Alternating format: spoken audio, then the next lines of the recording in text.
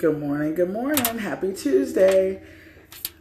My name is Afia, aka the Money Lady. I've been doing mortgages for the past 23 years, and I have been a real estate investor since I was 18 years old, going to Florida State University. Go Seminoles. So let me bring you in on a conversation that I had with my hard money lender. They're going to remain nameless. I'm not giving anybody any plugs. The name of the company starts with a V. In case anybody is in the mortgage industry, they probably know who I'm talking about.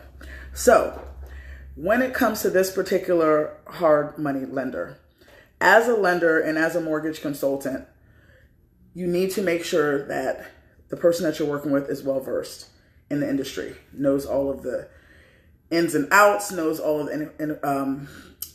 the things that can go up and down when it comes to a lender and their overlays. That's my job.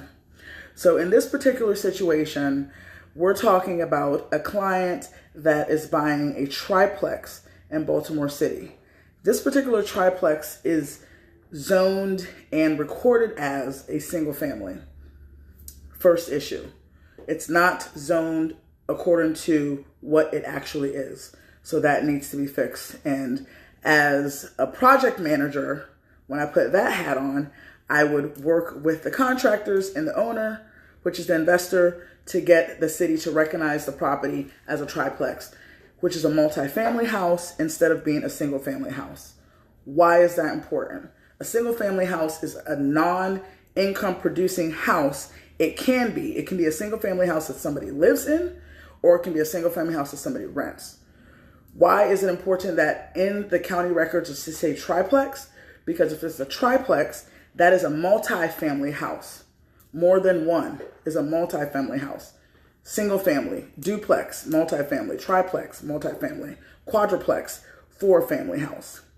So that will change how much rent you can receive from the house and the value of the house and the houses that are being compared to that house once you do an appraisal.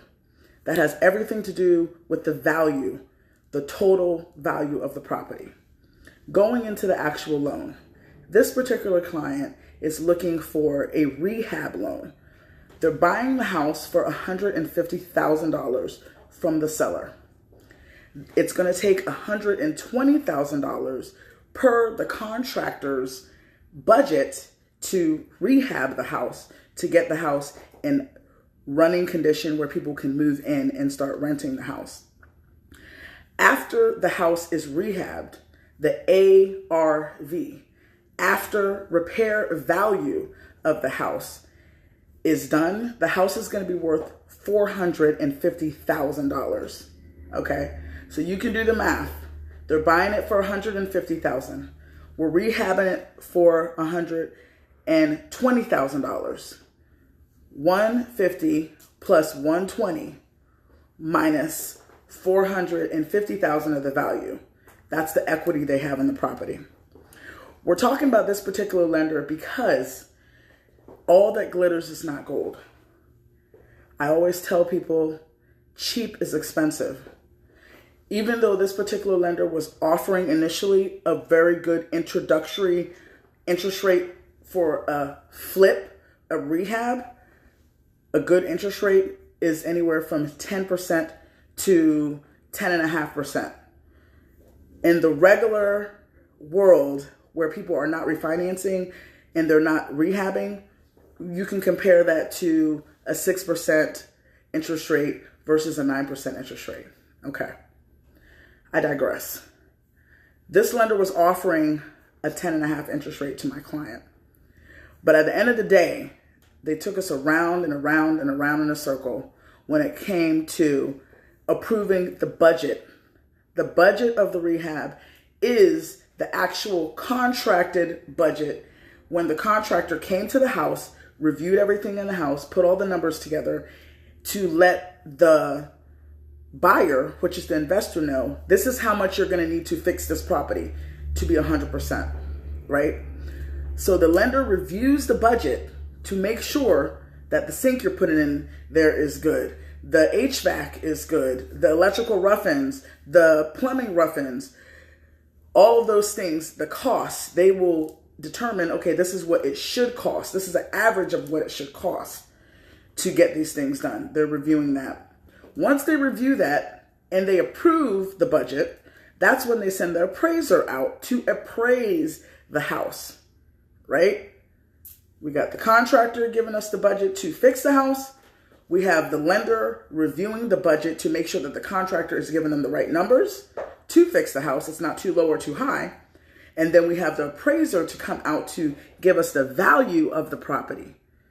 What does the value of the property have to do with the actual process and the whole loan? It has everything to do with it.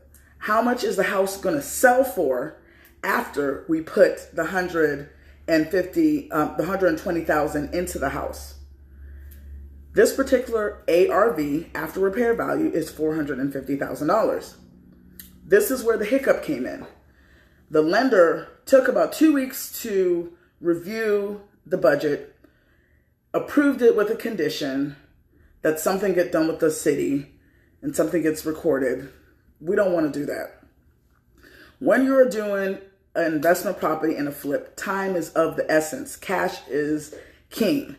You have cash buyers that are willing to pay cash for a property. They don't have to go through the lending process. I say this to say, I was working with my partner and I told them that the best thing to do was to go with a private lender. Yes, the interest rates will be higher. The interest rate is around 13.5%, but we could have closed about a month ago, right? The seller is sitting on a property, not making their money, and the buyer is holding up the property, wanting to buy this property, right? Cheap is expensive. So now, at the end, they're going to do what I recommended in the beginning, and I'll make sure that this happens where I just say, this is what we're going to do, and that's it. That's it. I don't need anybody's opinion on it. I know what I'm doing. I'm the expert. So we're going to go with the private money lender that's going to charge 13.5 interest only on a 12-month mortgage. It's interest only, so you're only paying interest. A lot of people get scared of interest only in the regular world where you're just buying a house. Oh, you're just paying interest. And you don't want that. You're not touching the principal. In all actuality, in a regular mortgage, you're really not touching the interest until like 10, 15 years. Touching the principal until like 10, 15 years later anyway. So paying the lender interest only is a good thing. If you want to add a little bit to the principal, you can. Write a separate check and say going towards the principal. That will go towards the principal when you send it to the lender. I know I'm going through this really fast. That's why I want you to make sure that you go to my website, www.stoprenting.biz. Go to the contact section, email me, call me so I can go through this with you.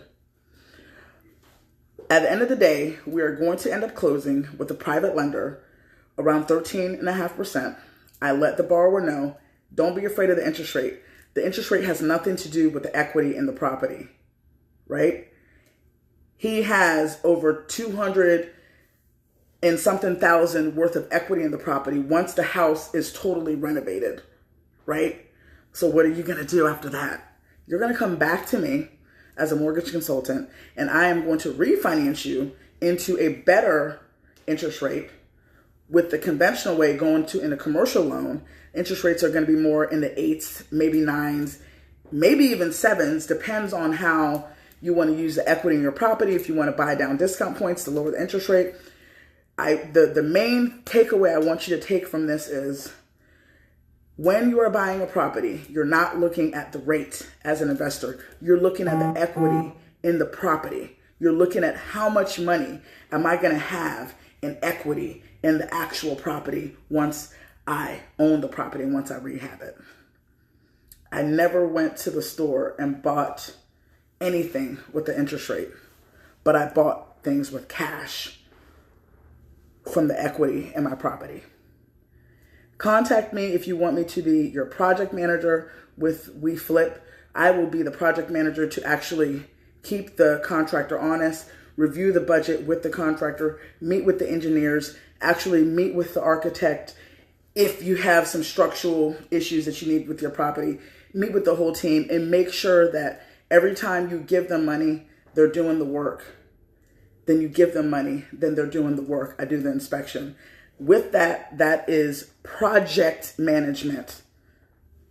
These are the people that you need on your team when you come to a rehab. I will be the project manager to make sure that the contractor is doing what they're supposed to be doing with the money, making sure that they're licensed, making sure that all of the permits that are needed for your project are done and received before they do any work. So once again, this is the money lady, Afia Owusu. Contact me on Instagram at the money lady, or most importantly, just call me on my cell phone, 443-226-3610, and I will help you with all of your project management needs, your lending needs as far as a regular house or a investment property or a commercial property, barbershop, bar, church, anything that has to do with collateral. I am the money lady. I will give you the money for that particular project. Just a little plug. I'm always plugging myself because I want to utilize my talents in the right way to help people go through things the right way, that so they don't have to go through the issues that I have. If you have been on my YouTube page before, thank you so much. Thank you for liking and subscribing. If you have not and this is your first time, please hit the like button and subscribe. I'm going to be doing a lot more content, a lot more videos about real estate investment, interest rates when it comes to buying a house for the first time, VA loans, everything. So contact me, the money lady, and please look at my website at www.stoprenting.biz, and I'll see you on the next video. Ciao.